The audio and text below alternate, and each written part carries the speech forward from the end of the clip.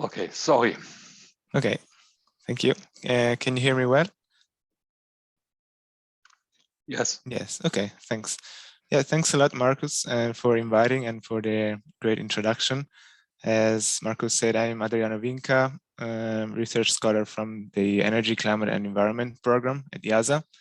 And yeah, I will talk about these two modeling tools we have developed that focus on land use, energy, but also on water systems to use SDGs and to assess SDGs and climate impacts at different scales.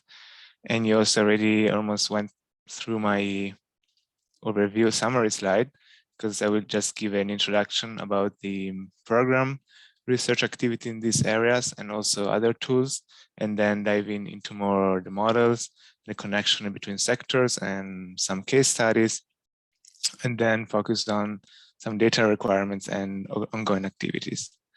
So the ECE, or Energy, Climate and Environment program, at IASA has different subgroups, one specifically focusing on pollution management and air pollution, air quality.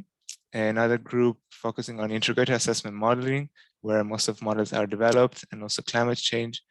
And two more cross-disciplinary groups with focus also on social expert and solutions, the TISS, and on services, that's the S3 group. But as general overall research, the program aims at addressing multiple environmental issues, such as climate crisis and ecosystem challenges, as well as social challenges, for instance, related to inequality or migration and so on. And also keeping in mind that while we study long-term issues related to physical boundaries, we're often working with policymakers or policy reality there that have a short-term sides. So, and another issue to take into account is sometimes that although we work on global problem and issues in nature, using also global tools, often solutions are not just global, but also require more focus on regional and local scales. And therefore, that's why we're also working on more national or regional scale models. My area of interest is specifically the climate, land, energy, and water nexus or interconnection between sectors. And this figure is just simplifying some of those potential connections that we try to embed in our models, such as water use for different sectors, irrigation, cooling, or simply water demand, and also the interactions with climate through emissions or evapotranspirations and so on.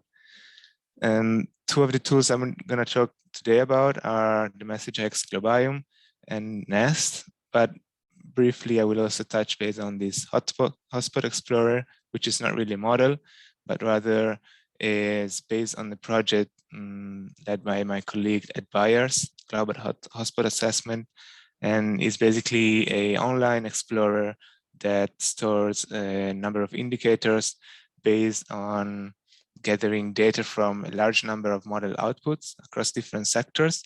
And his work was to basically aggregate indicators useful for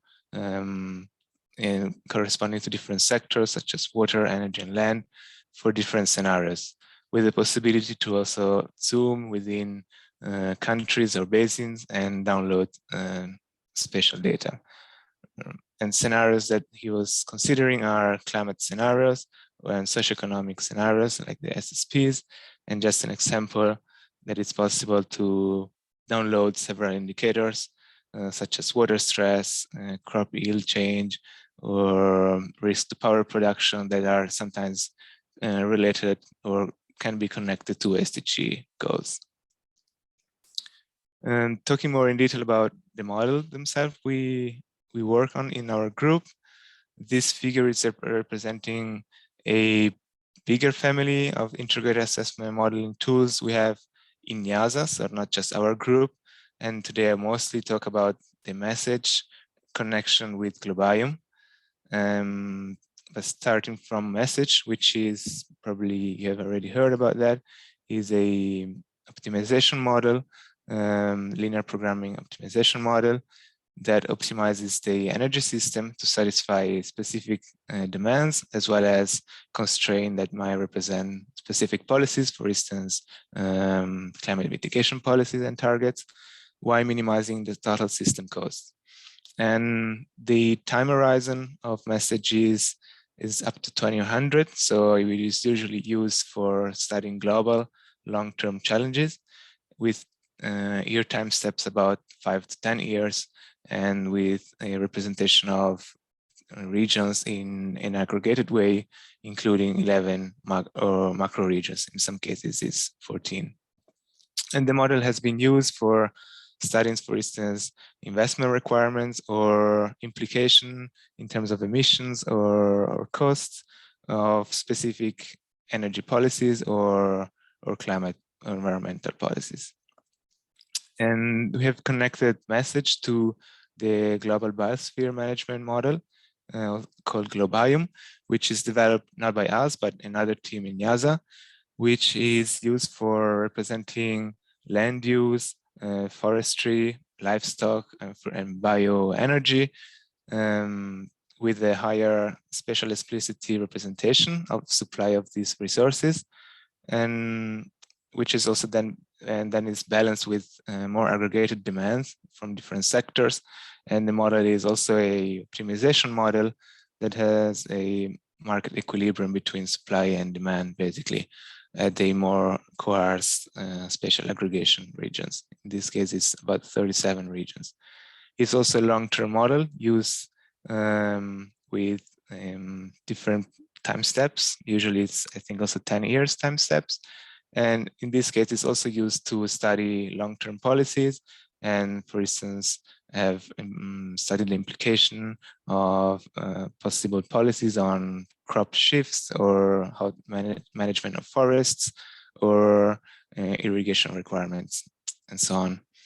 And in our case, my colleagues mostly, it's not really my work, but in the past years, my colleagues have been working on coupling message and Globalium in this called message IX Globalium model, where basically the variables of connection between the two models are carbon price and bioenergy prices.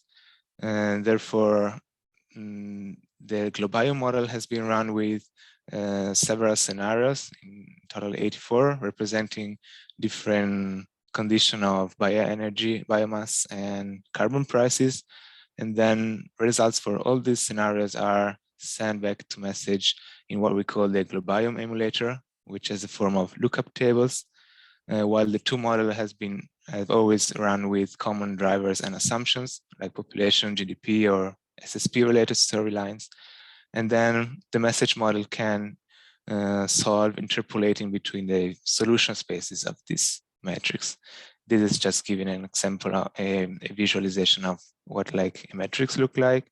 And so, for instance, this lookup table allows to represent biomass supplies curve given a conditional carbon price, or on the other hand, marginal abatements cost curves with given biomass demands. An example of the use of this model is these results where, for instance, studying a climate mitigation scenario using message, but on the top of that, also including different SDG targets representing the Globalium model, then the overall model can show what would be the implication for different indicators when achieving, for instance, full SDGs compared to a non-SDG scenario. And in this case, it was showing that a reduction of natural forests and water irrigation requirements, but for instance, increase in food demands. Then in 2019, my colleague Simon Parkinson also worked on a water module that added basically a simplified representation of water requirements for energy technologies, exogenous representation of irrigation water needs, and other water infrastructure and demands, for instance, distribution and treatment to supply clean water or desalination, sanitation services. And also he has been working with different scenarios, combining climate targets to water-specific SDG goals, and he was able to, for instance, show what are the requirements in terms of infrastructure needed, spatially or by country or by basins, to achieve water goals. For instance, in this case, infrastructure expansion needed in water treatment or piped fresh water or wastewater collection. At the same time, the model can also provide with estimated investment requirements in order to achieve those targets. And here is a comparison of a baseline scenario with a climate target scenarios, then just say SDG targets and the combination of the two, and split it by different sectors. And finally, another insight using this complex model, this was just an example of a low energy demand scenario in which in this study, just assumptions on the energy demand sectors were done and defined a new scenario. But these, thanks to the connection to other sectors and the feedback of prices, also have implication of indicators that are not just energy indicators, such as forest area or food prices and water.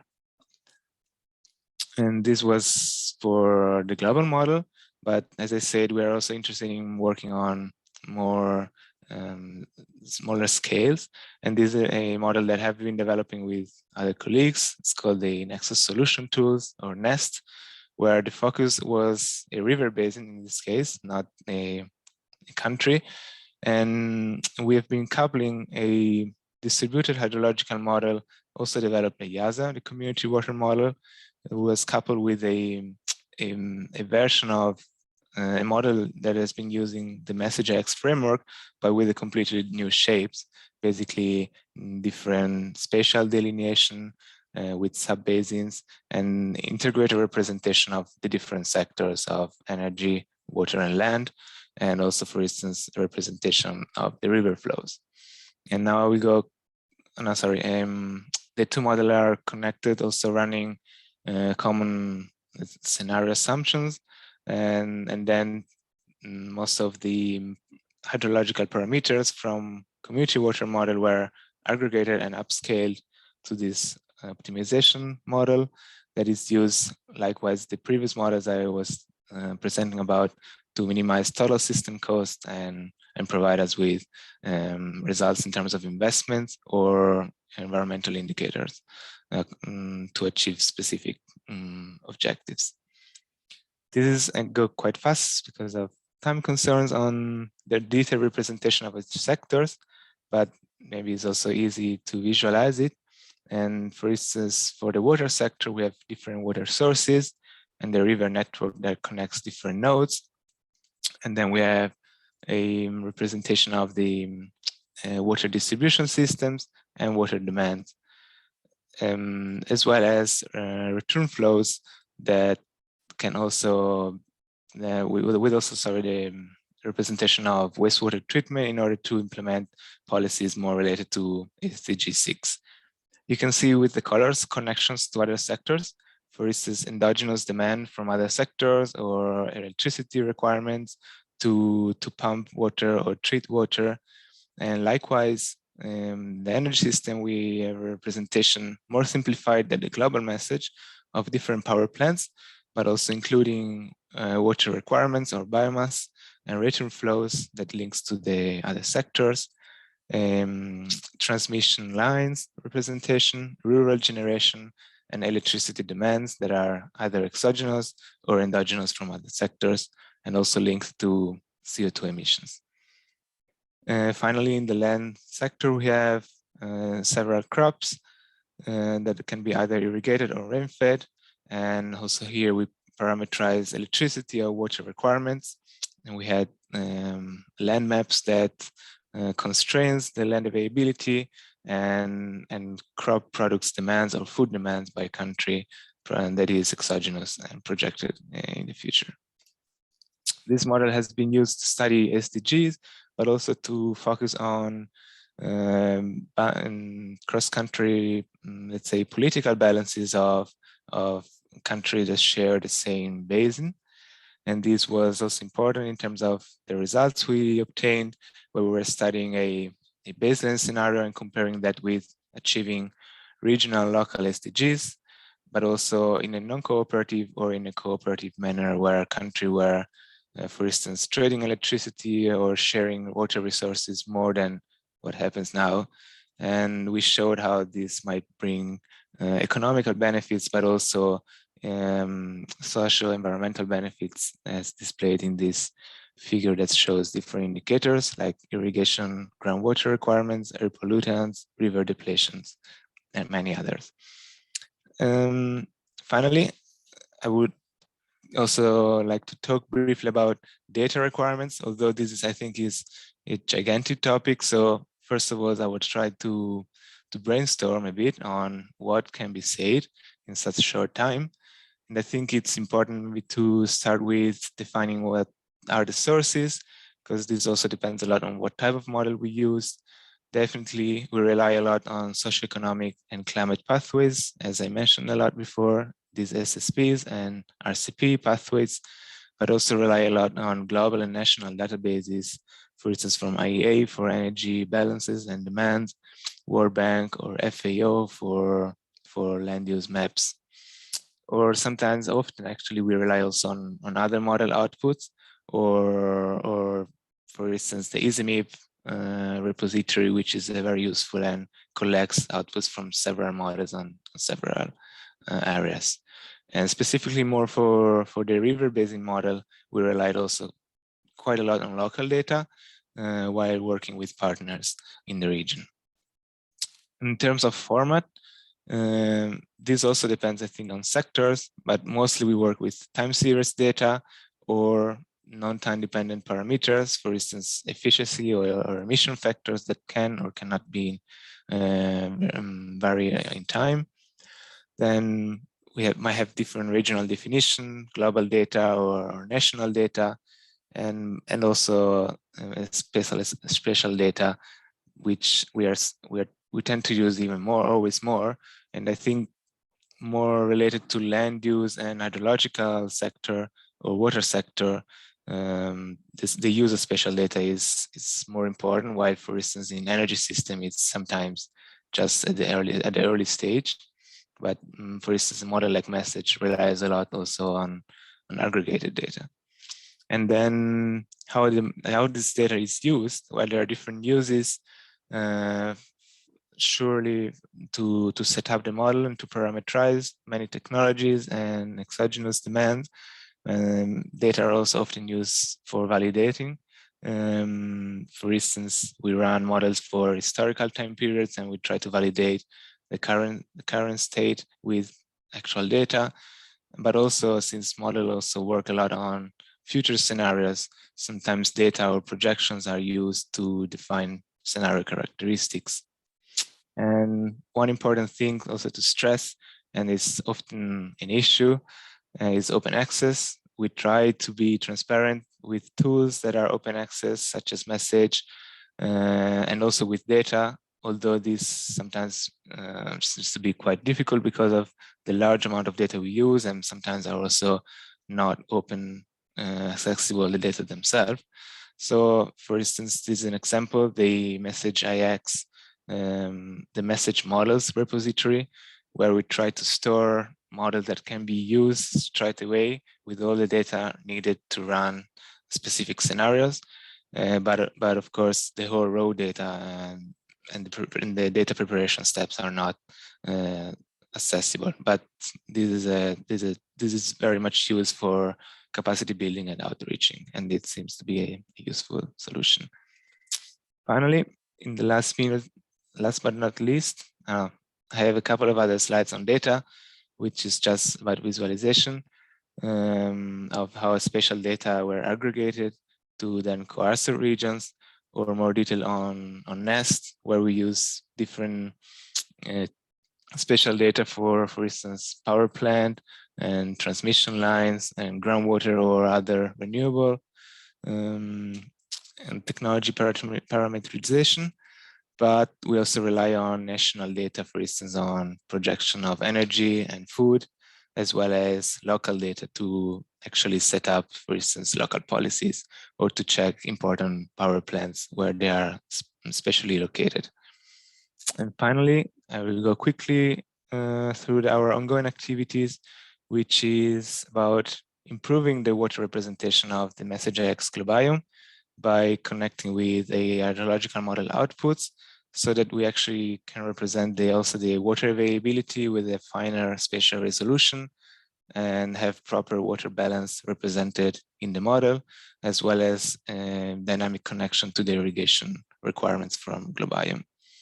And in addition to that, we are working on representing climate impacts in different sectors, which were kind of lacking in previous analysis. For instance, in water availability, desalination potential, or AC cooling demand, or renewable potential, as well as crop yields or evapotranspiration that might vary with different climate scenarios and assumptions. And last but not least, we also work on increasing the flexibility across scales. And here there are already developed some downscaling prototypes that generate country message models for the energy sector. And we are working on merging this approach together with the NEST approach and also include water and land features to these downscaled country prototypes in order to have then easily develop country models with also the water and land nexus. So that was it for now, but thanks a lot, and I'm hoping for questions.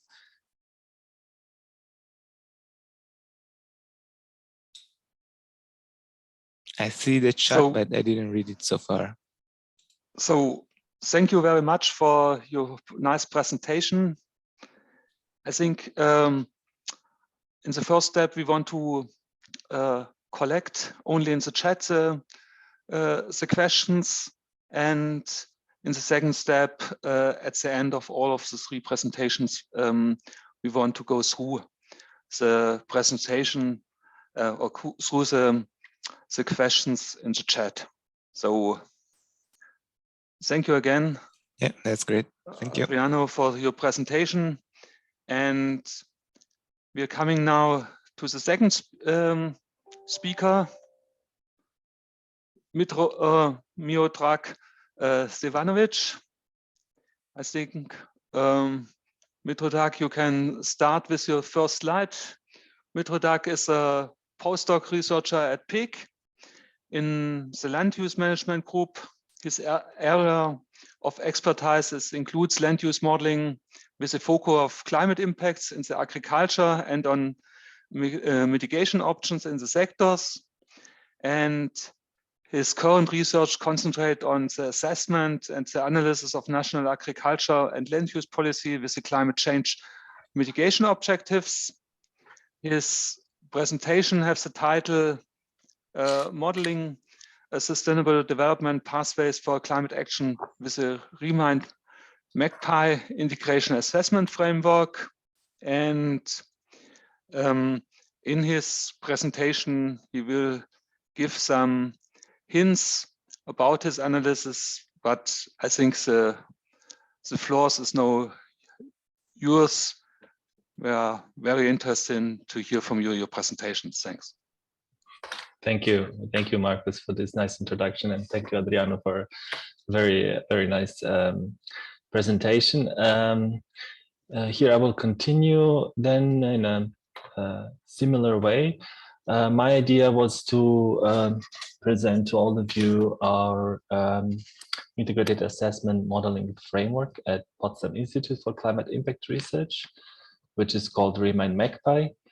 And the idea was to also illustrate how this modeling framework is applied on an example of assessing sustainable development pathways for climate change action. I'm Miodrag, and many other colleagues of mine at PIC worked on this particular study. I wasn't directly involved, but I'm working on the MakeBy model. So basically the land use part of the integrated assessment framework at PIC. And I will then try to present the study to you and talk to you also about the modeling assumptions that we have. Right, so a little bit of a broader intro. Already 6 years ago, the world leaders have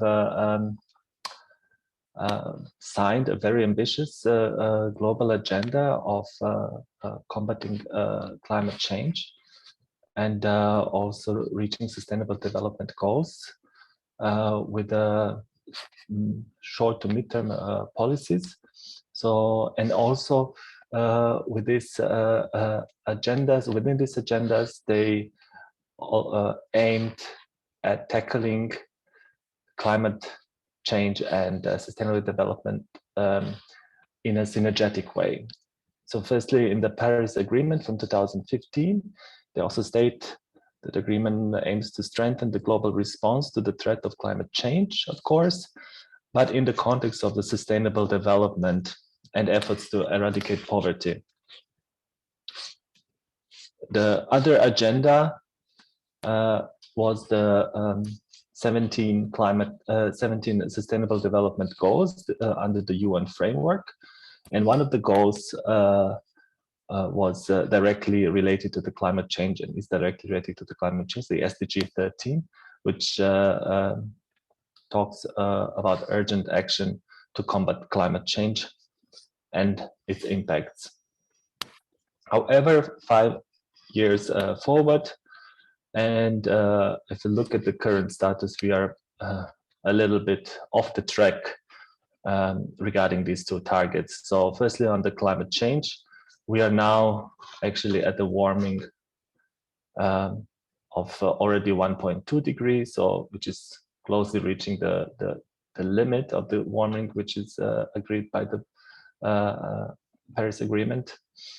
And with the current policies that are implemented, we are on the road to phase 2.4 on average degree temperature increase by the end of the century. And with the optimistic implementation of these targets, we are just to reach 2 degrees at the end of the century. On the side of the sustainable development, if we look at the projections now that are made for the 2030, the poverty rates still remain very high. This is from the Zorgel study from 2021 that project that by 2030, still around 350 million people are left in extreme poverty. So the world is really off these targets. And what I will show in this illustrative example of the assessment of Riemann MakeBy is how additional measures next to the current policies and current pledges, how they can bring us closer to not only these 2 SDGs on climate change and poverty reduction, but also for the much higher numbers of indicators across all SDGs. So coming to the modeling side, so Riemann MakeBy, this is an integrated assessment modeling framework, similar what Adriano was talking about the message and Globalium. So on the Riemann side, Riemann is the regional model on investment and development. Here is the schematic display of the model.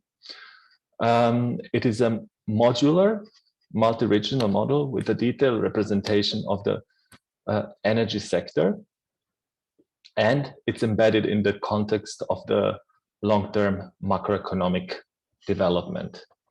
The macroeconomic core of Riemann features a multi-regional general equilibrium representation of the Ramsey growth model, and it is an intertemporal optimization with a optimal aggregate macroeconomic technology-specific and energy investments on the time scale from 2005 to end of the century, every 5 to 10 years, which is fully accounted for interregional trade in goods, energy carriers, and emission allowances. Economic activity results in demand for energy in different sectors, for example, in transport, in industry, in buildings, and of different types of energy, so electric or non-electric energy, for example. The primary energy carriers in Riemann include both exhaustible and renewable resources. Exhaustible resources are hydro, wind, coal, oil, gas, and uranium, while modeled renewable resources are hydro, wind, solar, geothermal energy, and biomass or bioenergy. Next to this, more than 50 technologies are available modeled in Riemann for the conversion of primary energy into secondary energy carriers, as well as for the distribution of secondary energy carriers into final energy. So the Riemann model accounts for the full range of anthropogenic greenhouse gas emissions, most of which are represented by source of emissions. It contains long-lived greenhouse gas emissions, short-lived, and aerosols. So long-lived are the CO2 emissions from fuel combustion and industrial processes, methane emissions from fossil fuel extractions and residential use, and nitrous oxide emissions from energy supplies based on sources. Short-lived emissions are carbon monoxide emissions, other nitrogen oxide emissions, and volatile organic compounds. And also it contains aerosols such as sulfur emissions, related emissions, black carbon, and as well as organic carbon matter emissions. Fluorinated gases or F gases are also included. And also it gets the land use change emissions, which can be exogenously and endogenously included via the coupling with the MakeBy model. I will come to that in a bit. So with all these emissions, it is possible to make analysis of technologies, options, and policy proposals for different climate change mitigation targets. On the other hand, MakeBy model is the agricultural model, land use model. MakeBy stands for the model of agricultural production and its impact on the environment. It's a socioeconomic model of land use and agricultural sector with spatial explicit and dynamic features. In this representation here on the screen, we show what is the main backbone of the model and what is the core. So, and on one side, we have the economic activities that are in the model, and on the other side, we have all the biophysical activities or different crop systems from land, or also animal livestock production systems that are included in the model. At the core, MakeBy is optimizing total cost of agricultural production at the global level. It is a recursive dynamic cost minimization process of consecutive time slices of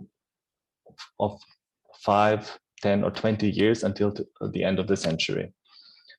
As a result, we get optimal land use patterns, trade flows, as well as optimal investment patterns in investing in, for example, yield increasing technologies of change or investment in irrigation infrastructure.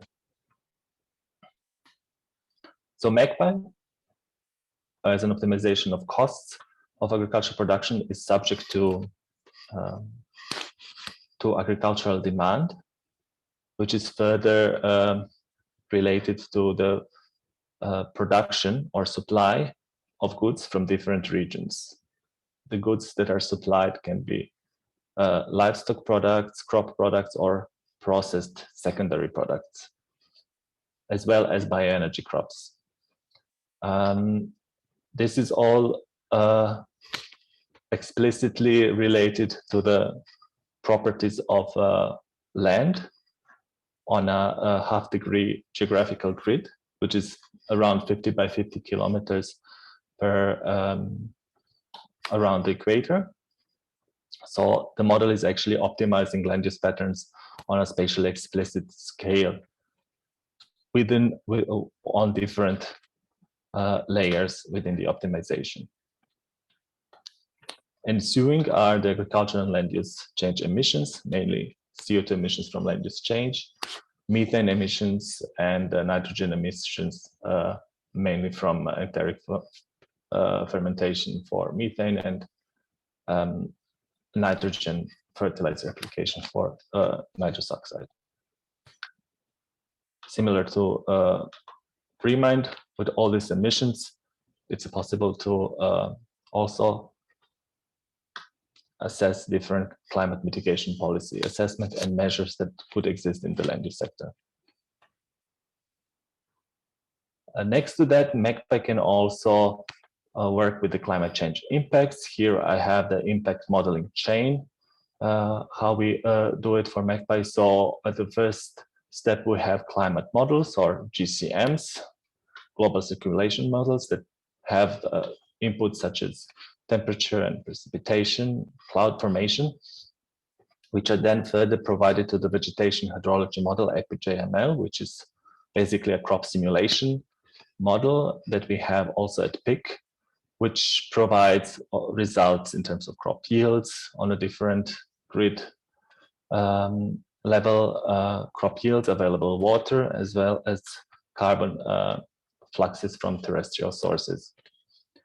Next to it, we use other inputs such as the FAO or land use harmonization data, which is also historical, spatially explicit land use change data available publicly online.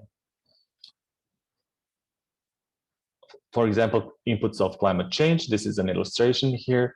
Like for one crop, I think this is rain-fed maize crop, which enters the model on this level. So this is a change between end of the century and the initialization year for the model. And therefore, next to mitigation, also climate impacts can be studied by MakeBy. So here is the last slide on the methodology. Here, that actually explains how the models are coupled. So I already talked about energy system and macroeconomic system of Riemann. There is also a magic C climate system of Riemann, which calculates based on greenhouse gases concentration from economic activity. It calculates radiative forcing and global mean temperature change. And then here is MakeBy, which communicates in a iterative optimization mode. So basically, it's a soft form of coupling between Riemann and MakeBy, where information is exchanged between within one time step between the models. For example, from Riemann, MakeBy is informed about the prices of greenhouse gas emissions, as well as demand for bioenergy. MakeBy then supplies the demanded bioenergy to Riemann and also gives the amount of land use change, land use emissions that come from this additional activity from the land use sector. And then they iterate around this until a certain threshold is met, leading to an optimal climate policy for both land use sector, but also other economic sectors within the economy. So for the illustration of this study, we also use the same regional representation of the model, Riemann and MakeBy. Both models can also work on different regional definitions. In this case, we have here 12 regions where large countries are single regions, such as US or the EU, China, India, and smaller countries are more or less grouped in close geographic and economic regions. For the climate policy settings, we have the policy starting after 2020, and then there is a convergence to global carbon price in 2050. So I'm not sure if I'm running slowly out of time. Probably I have some 5 more minutes. We'll try then to illustrate how these models assess SDGs. And this is the latest study from last year from my colleagues, Zorgel et al., who worked on it with the Riemann MakeBy. So modeling toolbox for this, as I explained, so mainly we have assessed the SDGs with the coupled Riemann MakeBy framework with the standard inputs of SSP scenarios as a basis for the main drivers. Next to that, we for this study we also interact with other models, such as like an ocean model for assessing of SDG 14 and air pollution, and a health model, and some other models as well. And the goal of the study is to quantify these indicators or meaningful proxies in case when it's difficult to devise an indicator for an SDG, but to do it for all 17 SDGs. For that, we look at 4 different scenarios. One would be the current trends and policy actions, which is SP2 and the national determined contributions from the Paris Agreement. The second one goes along the agenda for sustainable development and includes somewhat transition to the trends of sustainable development defined in SSP 1 scenarios. Next is an intervention that is assuring reaching the 1.5 degree target by the end of the century. And this scenario we call SSP 1.5. And finally, what is novel by this study, here we include 3 additional interventions, policy interventions that would improve approaching and reaching the target of the SDGs by 2030 and 2050. So calling it a holistic, sustainable development pathway. So these 3 dimensions include or interventions include the intervention in the food and energy area, which is, for example, transition to zero hunger and healthy diets as recommended by the Eat Lancet Commission. Second, to meet energy demand for decent living standards in developing regions, reduce energy consumption in developed regions through more to higher energy efficiency, for example, and then last one, additional energy and land system sustainability policies that are implemented. Intervention E for global equality would be, it's a very important intervention, international redistribution or burden sharing of carbon pricing revenues. And then last one is on within the nation, so national redistribution of carbon pricing revenues plus international transfers as climate dividends. So as results, so we kind of clustered many proxies and indicators here, which show these 4 scenarios. And in gray boxes represent the targets that are set for 2030 in light gray, and then 2050 in dark gray. The sustainable development pathway, the blue scenario, is actually closest in actually reaching targets in some cases, and in other cases is the closest scenario that that approaches the target while the others are far off the targets from the SDGs and or planetary boundary targets. So I will not go in detail there, but here maybe just in a couple of examples. First one is the effects of the different interventions on inequality. So in the red one, we have the continuing trend with the NDCs. Development is marked by yellow. So we see how developmental policies are reducing poverty rate and extreme poverty. However, when climate policy via carbon tax is added to these policies, this is reverted and could negatively affect the well-being of people. However, in the sustainable development interventions, redistribution of policies funded from carbon pricing can reduce inequality and poverty, and climate policy trade-off is more than compensated what we see in the blue scenario here.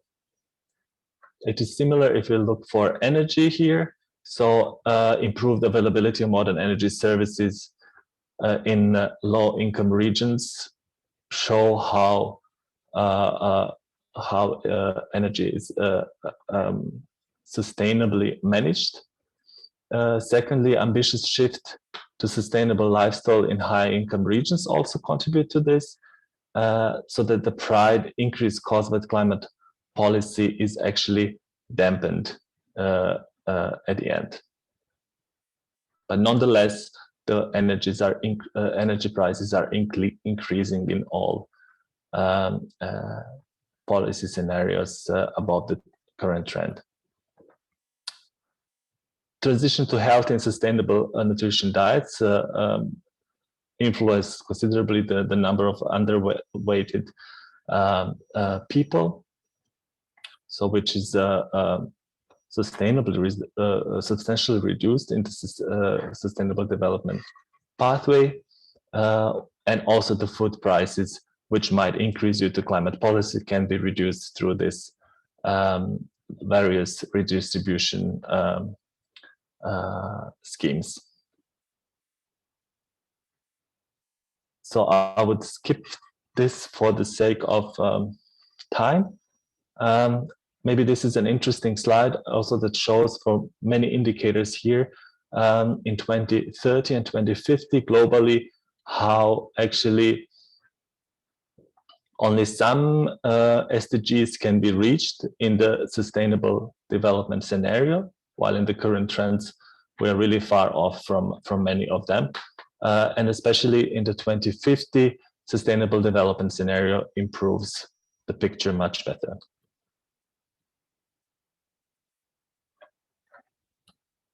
So in conclusion, development, resource efficiency, and moderate lifestyle changes, plus climate policy, of course, are insufficient to meet the SDGs, and then additional interventions are necessary, such as global cooperation, national redistributive policies, as well as policies in food and energy sectors, which leads to substantial improvements towards nearly all SDGs in 2030 and especially in 2050. We also managed to cover almost all SDGs and their separate goals. And as I said already, the SDG achievement gaps remains in 2030, but can largely be closed by 2015. With this, I would like to thank you. And here I just leave two links to the where you can find the Riemann and MakeBy model. Both models are open source. And I can speak for MakeBy at least. MakeBy can be then also downloaded from Git and together with the tutorials and the data that is necessary to run the model, so one can already, as a independent users, work with that. I think it's similar with Riemann as well. Thank you very much. So Thank you also for your nice presentations. And as announced before, we will have the questions at the end of the third, or speak about the questions at the end of the third presentation. We're coming now to the third presentation from Vera. Vera works since several years on energy system modeling and also on the Nexus issues. I think, Vera, you can share your screen, please. And Vera gives a little bit of insight about the integration of agriculture and land use aspects in a times model. Say something about data requirement and the methodology behind, give some results for Germany, and compare a little bit what's happened if you are integrating in a regular energy system model the Nexus energy system. And so, Vera, thanks. The floor is yours. Thank you, Marcus, for the introduction, and thanks also Miuta and Adriano for your presentations. They were quite nice. And yeah, let's go on with the presentation where I use the energy system model now. So it's a bit different to the previous presentations because I use TimesPanEU, which is an energy system model and not an integrated assessment model. And yeah, I will talk today about the motivation why I included land use aspects and agricultural aspects into the model. And then we will hear a bit about the methodology and data, because this webinar also aimed to give a bit of insight about the data assessments. And yeah, there I would give an overview about the Nexus analysis, and then I will take a deep dive into the land use and the land use factors of renewable energy technologies, and then talking also about the agriculture sector, which I modeled in more detail than it's usual for an energy system model. And then at the end, you will get some insights from a German case study.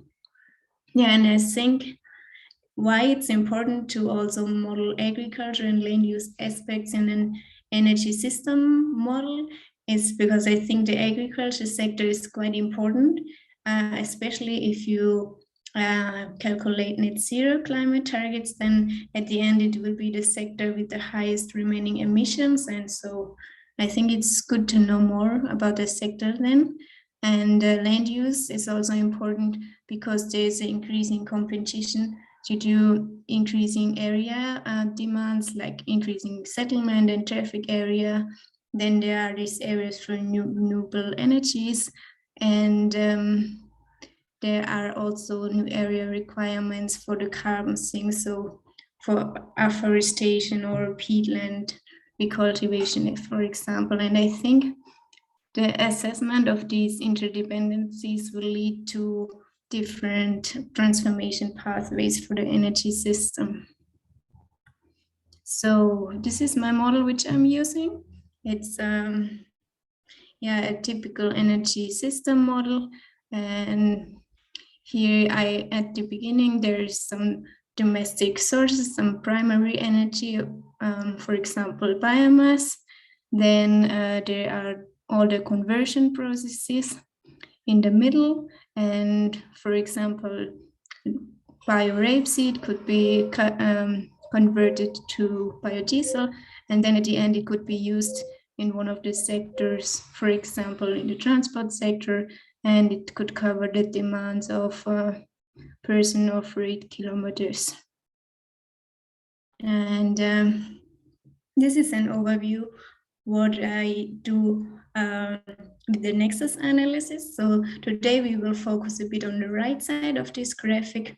So yeah, I already told you that my energy system model is this part here, and it's quite nice to have such a detailed energy system because the competition for bioenergy can be monitored quite well. And then I have the land resource as the second sector, and as a subsector of this, I also included the agriculture sector, and I focused on those interactions so that there's energy used for agriculture, and the agriculture emissions, they influence the energy system and the climate target, and the available land area influences also the energy system as well as the land area. And and then at the end, the land area which is required for renewable energy technologies and lignite mining. And at the end of the presentation, we will just have a tiny look to the irrigation process of biomass cultivation, and we will leave out the rest for today. And let's start now with a more deeper dive into the land area for renewable energies. I show you how I modeled it. So actually this methodology is quite easy. You just need a model results of the capacity of the renewable energy technologies, and then you can multiply it with land use factors for these technologies, and then you come up with the land use impacts of the future energy system. And yeah, because this webinar also aims about giving details about data, I show you my data assessment of the land use factors. So this is actually a graph where I show you the assessment of 12 studies which analyzed land use factors, and you see the minimum value for land use factor and the maximum value for land use factor, which I found in the literature and in register average. And this data about land use factor is actually quite easy, accessible, but the problem is that there's a wide range of resulting land use factors, which you can see here, for example. And this is due to the technological development which influences this land use factor quite greatly. Yeah, and I want to explain a bit more about this technological development for the wind onshore and also for free space PV. This is the technological development of wind onshore turbines in Germany. So if you look back to the year 2000, then the average capacity of a wind turbine was like 1 kilowatt.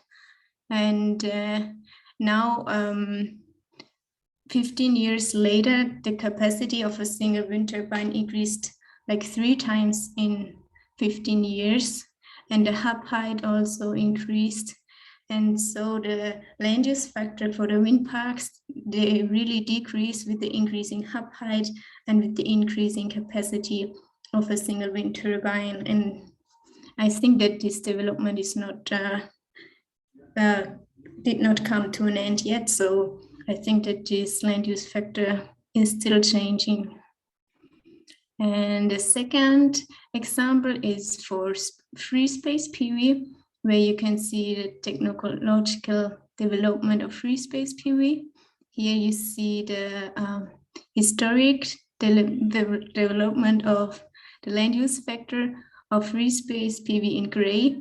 So someone really took a deep look and analyzed every year how much land is used per gigawatt installed capacity. And you see that this factor greatly improved due to rising efficiencies, and they also built the free space PV parks more compact.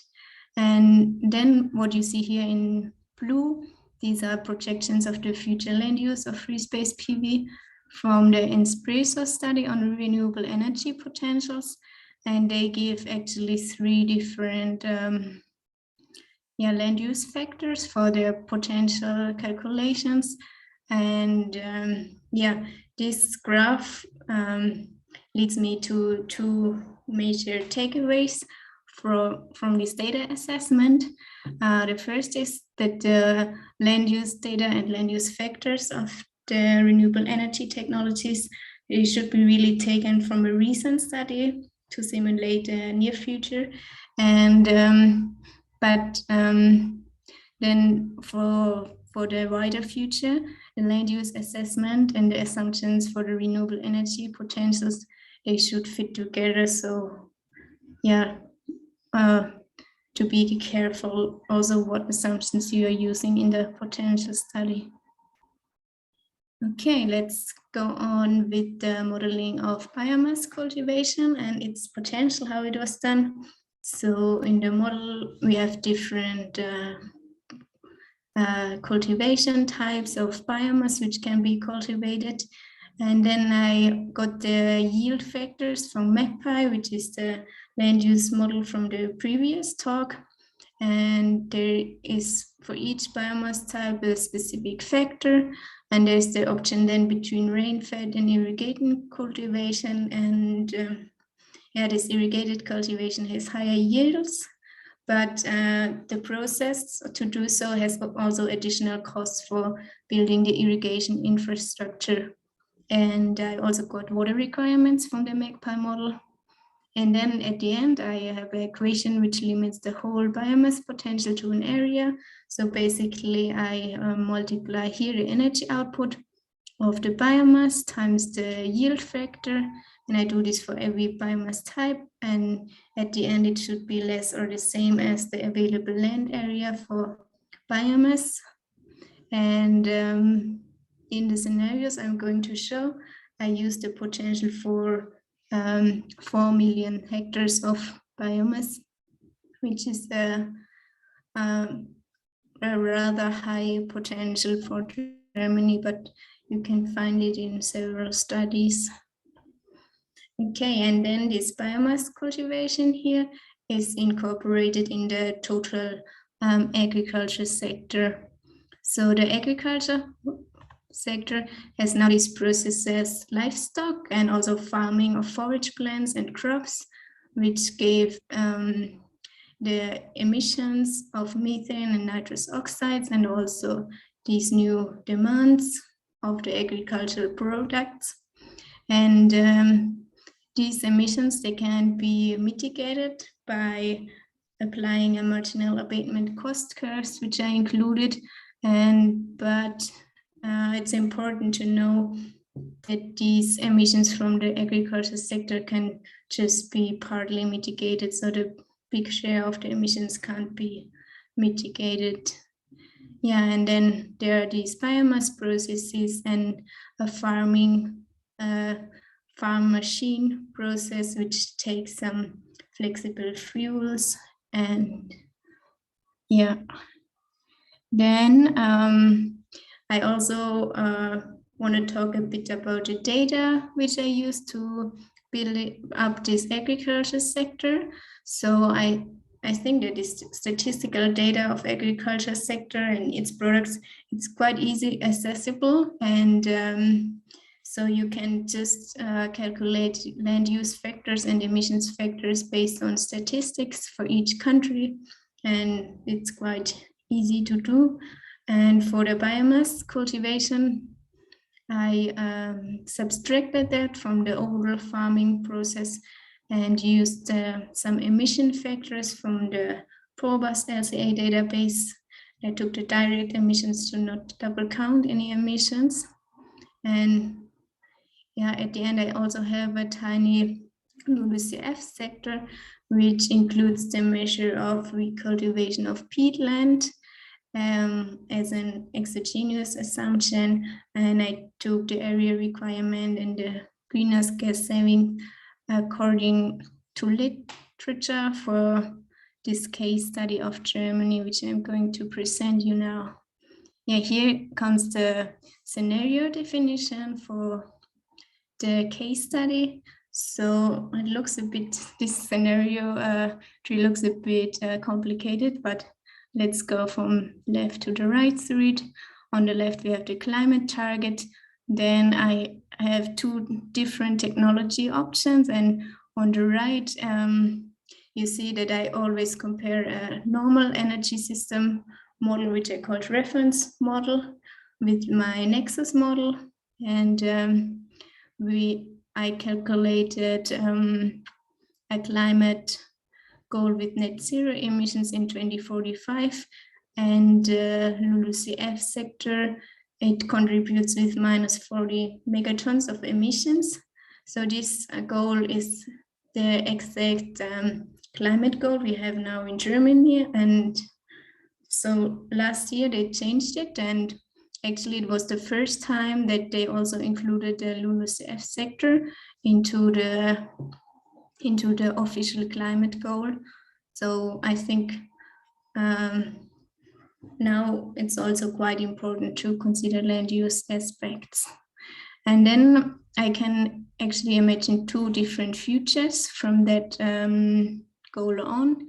So the first future is a future with minimal negative emissions, and to have really the minimal emissions, I also included the additional measure in the agriculture sector, which is that a big share of the livestock demand is replaced by innovative meat products, like in vitro meat or alternative meat products. And I included a study about this possible development here in the agriculture sector, and then every other sector can really go to its minimum emissions, and then there are no BECCS technologies required to reach this climate target. And then we see the two different models, and the other future is one where BECCS technologies can be used to create more negative emissions, and that they are only limited by the biomass potential. So here you see the bioenergy use, or the land use of bioenergy, and it's in the scenario without the BECCS options. And in the reference scenario is the energy system scenario, and then you see the Nexus model. And you see in the Nexus model, as I explained before, the bioenergy is not carbon neutral anymore when the agriculture sector is modeled in more detail. And this actually leads to less biomass demand if there is no BECCS option available. So, and what you see as well, that we have here only green bars in the reference model, and in the Nexus model we have blue bars. This means that the irrigation process is applied for biomass. So let's look at net electricity supply. And you see that in the Nexus model here at the end, the time horizon, there's less biomass usage, and there is more solar power usage instead of this. And you see that there is now quite some usage of solar and wind power. And let's look now what this land use of these energy technologies is. So now, firstly, I just show you the land use for where the soil is really sealed for the energy technologies. And I think this is true for free space PV, for pump hydro, for wind onshore, but only for the groundwork of wind onshore, not the whole park area, and for lignite mining. And you see that in the more free space PV is built up in the Nexus model. And you also still see here this lignite mining. And there's a slight increase until 2030. And then there's the assumption that this restoration process of this lignite mining pits goes on until 2050, but they are not used anymore. They are slowly restoring. And when you have done this value in 2050, it's actually quite little is overall area requirement. this 160,000 hectares, it refers to 0.4% of the German land area. So it's a quite good result, I would say. But let's look at the overall land use. So here is also the agricultural land use and the biomass land use included in this graph. And let's go through the categories from top to bottom. First, I have this wind park area. So the area around the wind turbines, but I think it can be used simultaneously for farming. So it's not so critical parameter. Then I have a simulation of the agricultural area. And you see here that the agricultural area is decreasing. And this is because there is this additional measure to reduce the traditional meat demand. And that's why there is less demand for forage plants. And so the area requirement decreases. Then what you see here in blue is the new area requirement of the LULUCF sector. It's the peatland recultivation, and it also takes quite some area from the agricultural land. And then you see in green the biomass cultivation. And you see even in the reference scenario where the full biomass potential is used with the 4 million hectares, there is no area scarcity. So the overall land area demand decreases. So with this measure of the agriculture sector, there is then no problem here. But you could always optimize the land use, and there are some ideas to land area savings for the renewable energy technologies. So you could actually use the wind parks and agricultural land at the same time. Then there are new technologies like agri-PV systems, and they also combine land and use for agriculture and PV systems. Or the third option is we have all these lignite mining pits in Germany, and they need to be recultivated.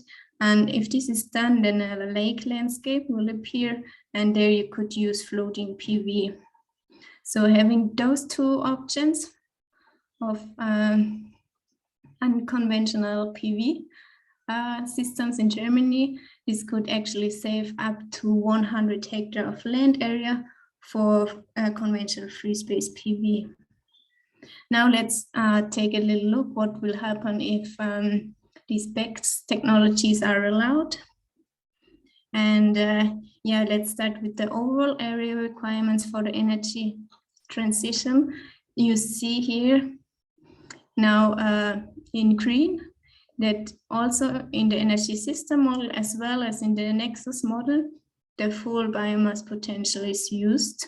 So, and then if this full biomass potential is used and you have as well this measure of the peatland recultivation, then you end up with a too high area requirement. So you see here this line is the available agricultural area as it is today. And in these two scenarios, we have too high area requirements. So the biomass potential should be minimized if the conventional livestock demand stays the same. So in this scenario, no additional measure in the agriculture sectors was applied. And I think this modeling helps to identify too high renewable energy potentials. And then with this last scenario, I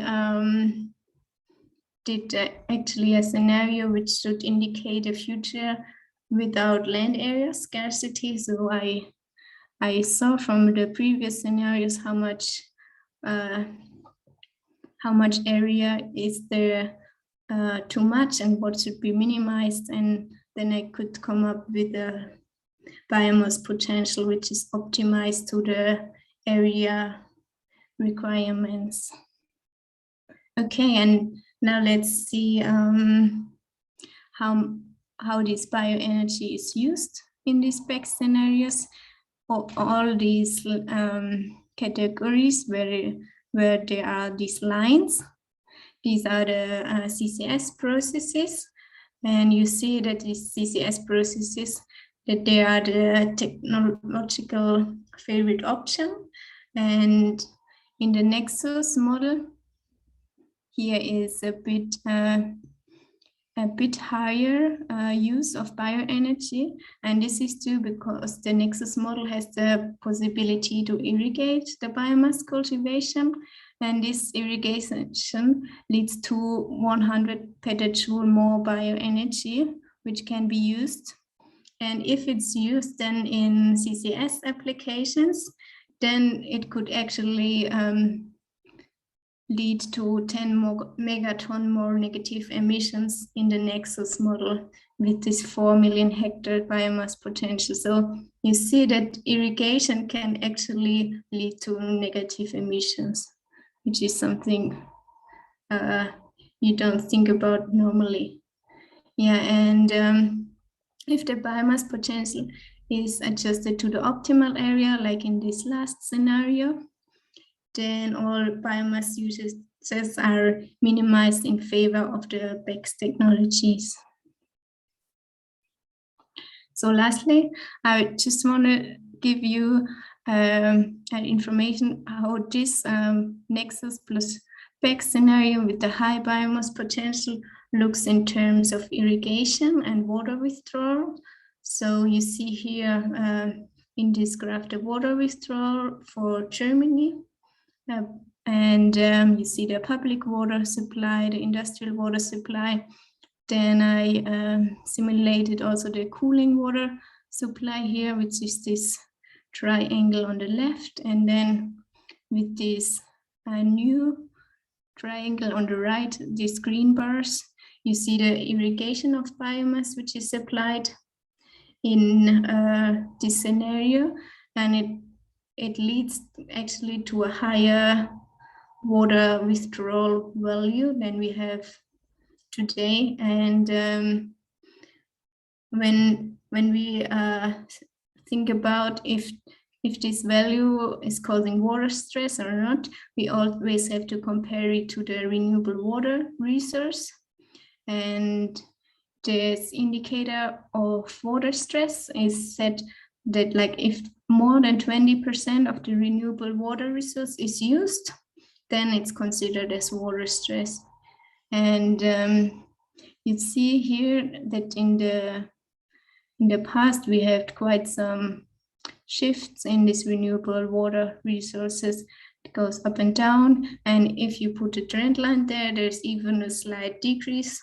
But I don't know if this would really come true, but just to have it as a kind of worst case scenario, then if we take this trend line and 20% of it are actually less than the projected use, so which gives me the conclusion that biomass irrigation with this high biomass potential bears actually the risk of causing water stress for Germany.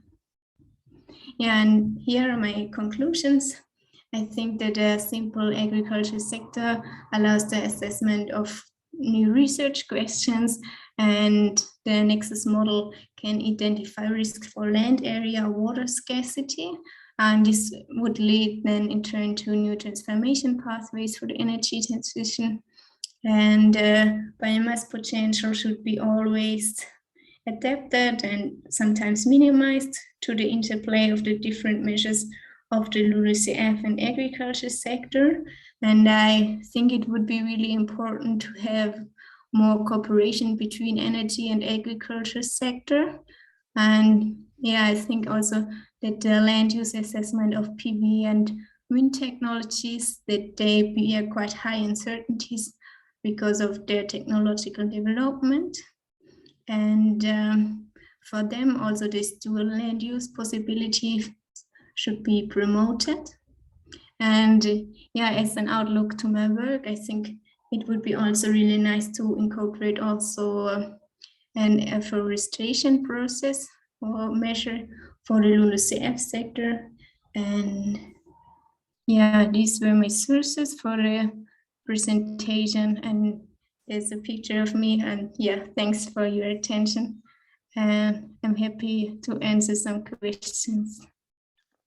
So thank you, Vera, also for a nice presentation.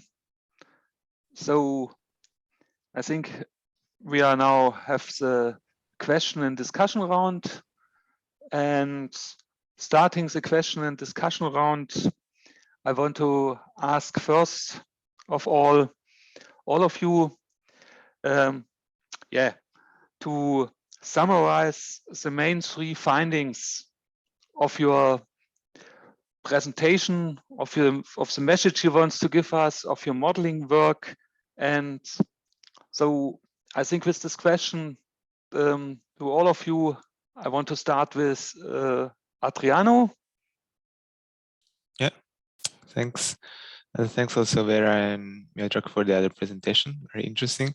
I think that I mean it's hard to highlight one specific finding. I think that like working with this type of tools, you can really focus on several different aspects. So for instance, I really like the more like detailed focus of some Vera scenarios showing how, for instance, biomass irrigation can help in then climate mitigation. And for instance, in our analysis, sometimes I tend to do more generalized, looking at more generalized results. So for instance, we look a lot of investments required for achieving more general overall scenarios, but it's probably useful also sometimes to focus on specific interactions that are usually neglected in single sector models. And this is what these tools are useful for. Like there are several interactions that are usually not considered. And so we can focus on those specifically or look at the overall pictures. And I think also one probably important aspect of that I want to bring to the talk is the different scales. And because the representation of the Nexus changes a lot at different scales, and we had to work a lot now on improving for instance, the resolution of water representation in the global model, because otherwise it was not really possible to work on water balances with macro regions. That, for instance, water is very regional, and basically the hydrological basin units is the fundamental units from across which water is usually not trade, and therefore this type of special units needs to be considered. And in other sectors, there is more global trade dynamics, for instance, energy and food trades that are allowing also the use of, let's say, more simplified spatial units. But yeah, probably that was an insight I wanted to bring on different scales and the type of data and resolution you need to work at for these sectors. Thank you, Adriano. Miodrag, what are your main 3 findings? Or right. So ad hoc, maybe first the general purpose of all of this exercises, modeling exercises. So my opinion, I think it's very useful to look at different scenario analysis when one is trying to project the future and meeting certain targets in the future, when actually predicting all of this is of course very difficult. And these type of models that integrate many different sectors and aspects and processes can gather really good insights into different pathways that can be explored in reaching certain targets, right? And then on the politicians is to see and decide if this would be any helpful in making political measures. Second, So maybe the message, the one message or key message from this publication that I presented is that additional sustainable development measures are necessary indeed if the gaps of reaching different SDG goals are to be closed by 2030 and 2050. However, these measures that we identified in the analysis, or my colleagues identified in the analysis, might not be sufficient. And we did quite a broad analysis on this. That's maybe my third message. Not only that we used our existing tool of MakeBy and Riemann and the established coupling mechanisms with the different options for bioenergy deployment or the emissions improvement from efficiency accounting from the land use sector. We also, in this coupling, we also communicate the expenditures of the agricultural sectors, as well as, for example, afforestation and other carbon dioxide removal options. This is all included in all its complex ways. And on top of that, we also reach out to other models that we interfaced in order to cover additional SDGs. And this is really a huge effort to do when one wants to make a holistic analysis. And this is still not over. I mean, there are still options and areas when one can further explore. For example, the whole study didn't include the impacts of climate change, which I mentioned that exist in MakeBy, but this is only the impacts in the agricultural sector. There are also impacts in other sectors. So there is still quite a lot of area of potential research here. Thank you. Thanks also. So, Vera, what's the three main findings from your side? Yeah, I think that there are other energy transformation pathways if you include also the land use aspects into the scenario analysis, then you come up with different results than if you just do regular energy system modeling. And I think it's especially important for these net zero climate goals, because there then a huge focus goes on these PEX technologies and the negative emission technologies. And yeah, I think just now last year, the German government for the first time thought of these LULUCF emissions to include into their climate action plan. So I think if it's already included there, then it should be also included in the energy system models. And yeah, also the agriculture sector with its emission, it's so hard to decarbonize, and I think it's good to have the details about it in a energy system model, so that you can also have a bit of different scenario assumptions. For example, you can play with the demands or play with different measures from the agriculture sector. Yeah, I think these were my two main findings. So thank you also to Vera. Going a little bit through the questions from the chat. I think there was a question to Adriano, but it might be also that the questions can be also asked to Miodrag.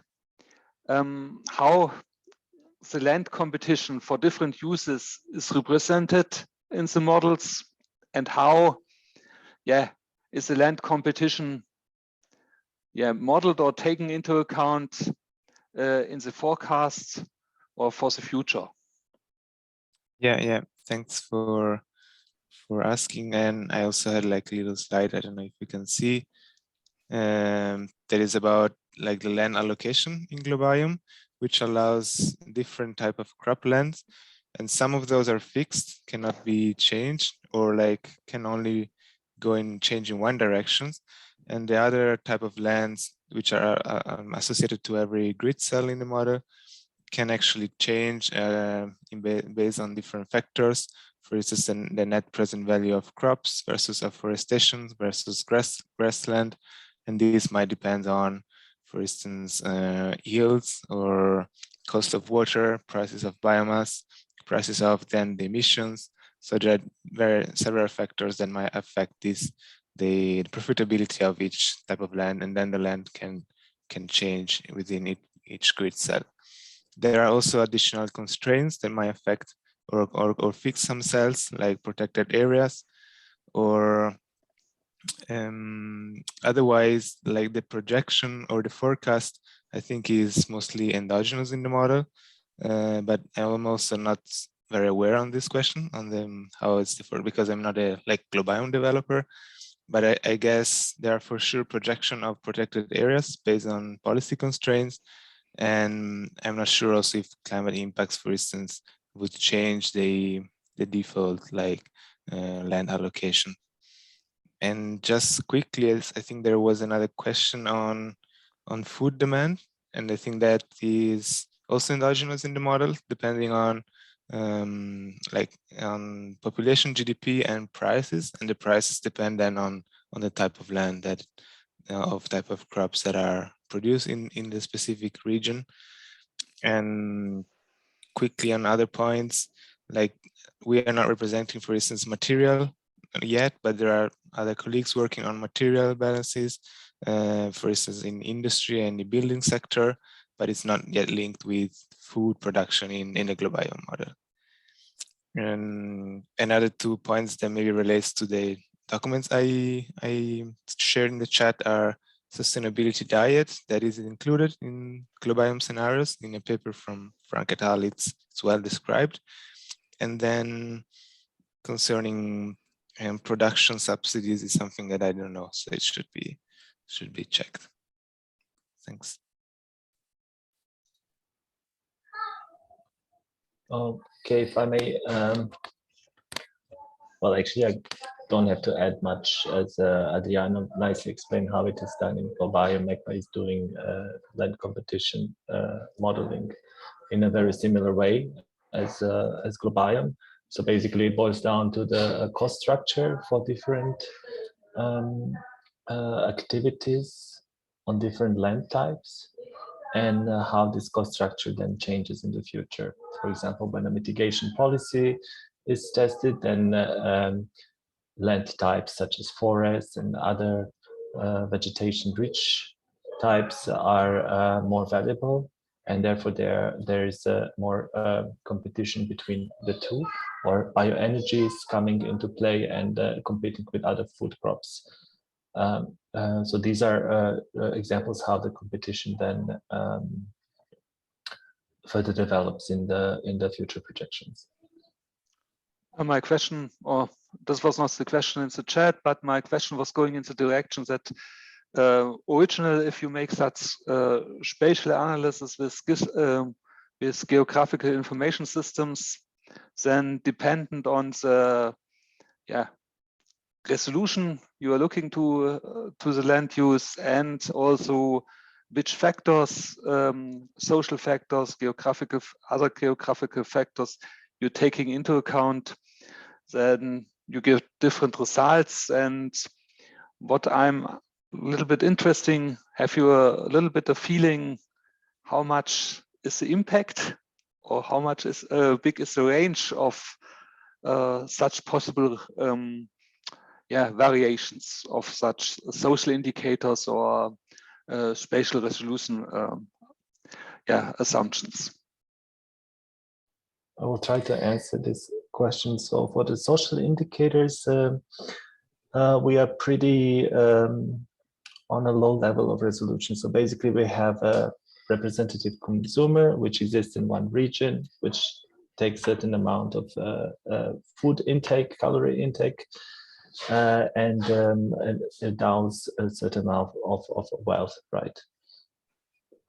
So there is not so much social distribution, so to say, or economic distribution within a region, albeit the different regions have different economic backgrounds, right? But related to the biophysical properties of the land use systems, this we include on a very, very fine scale. And as I explained in my presentation, this is enters the model on the grid level, and in each grid gives potential yield for 16 different crops, plus available water for irrigation within a grid, and terrestrial carbon content. So in this sense, we are in interplay between these two scales, on the socioeconomic side and on the biophysical side. How sensitive it is, certainly we cannot say much about the distributional effects across different cohorts in an economy, or like in the food systems. But we can with more certainty say how land use patterns develop and how different policies have effect on the various environmental indicators on a finer geographical scale. Okay, thanks. Coming back to the chat questions, I think there was but you already answered this in the chat, but I think we can say might be that we say some additional words. There was a question related to the economical analysis of historical data and your estimation of elastic coefficients and the changes in the future, and how you're doing this and how you're taking into account these changes for the future. So yeah, what is the background for this? Right. So as I explained, some of the processes, not all processes, but some of the processes in the model are based on the econometric analysis, so the regression analysis. And most of them, they rely on, they regress over GDP as well, so that this component of the change in income is over time in the future scenarios is already grasped by this modeling feature. And on top of that, calculated elasticities or coefficients of a regression analysis, sometimes we change them by assumption when we work with different SSP narratives, for example, because SSPs span in different directions for challenges for mitigation and challenges for adaptation with worlds of different possibilities. And therefore, we just maybe change or adjust these regression coefficients based on that. So basically, maybe change them plus 5–10% up and down. So these different worlds are captured. Okay, thanks. Are there any other questions?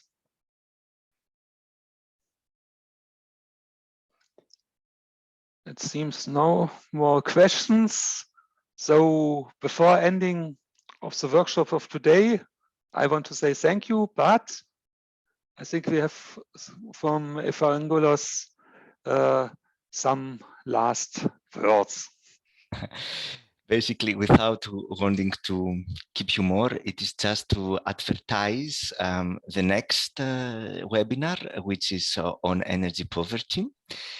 And I have made a small trailer teaser for you to grab your attention. So we see here that in 2019, 771 million people around the world lack access to electricity. And in addition, we have 2.6 billion people need improved access to clean and safe cooking fuels and technologies. And as you can see in the chart on the bottom, you can see that the worst effect of the pandemic, of the COVID pandemic, are felt among the most vulnerable regions. And we see here that in sub-Saharan Africa, for example, the number of people without access to electricity rose in 2020, reversing several years of progress. And also we are experiencing rises in electricity prices and poverty levels worldwide. that have made additional about 100 million people in Asia and Africa to lose access to electricity, although they had before.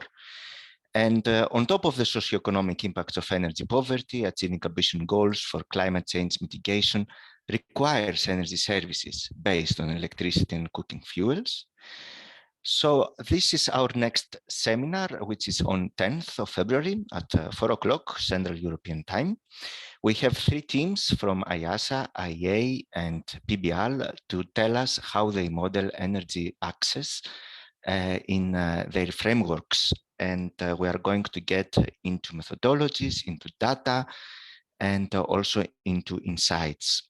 So with that, I would like to invite you to register for this webinar if you are interested. And if you have not done it so, you can see the link in the bottom.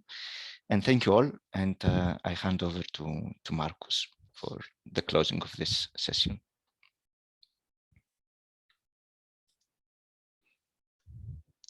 Okay, I can only say again, thank you to all the speakers. Thank you for all the participants, and I wish you a nice evening. Bye. Thank you very much for hosting. Thank you. Bye, have a nice day. Thank you. Bye.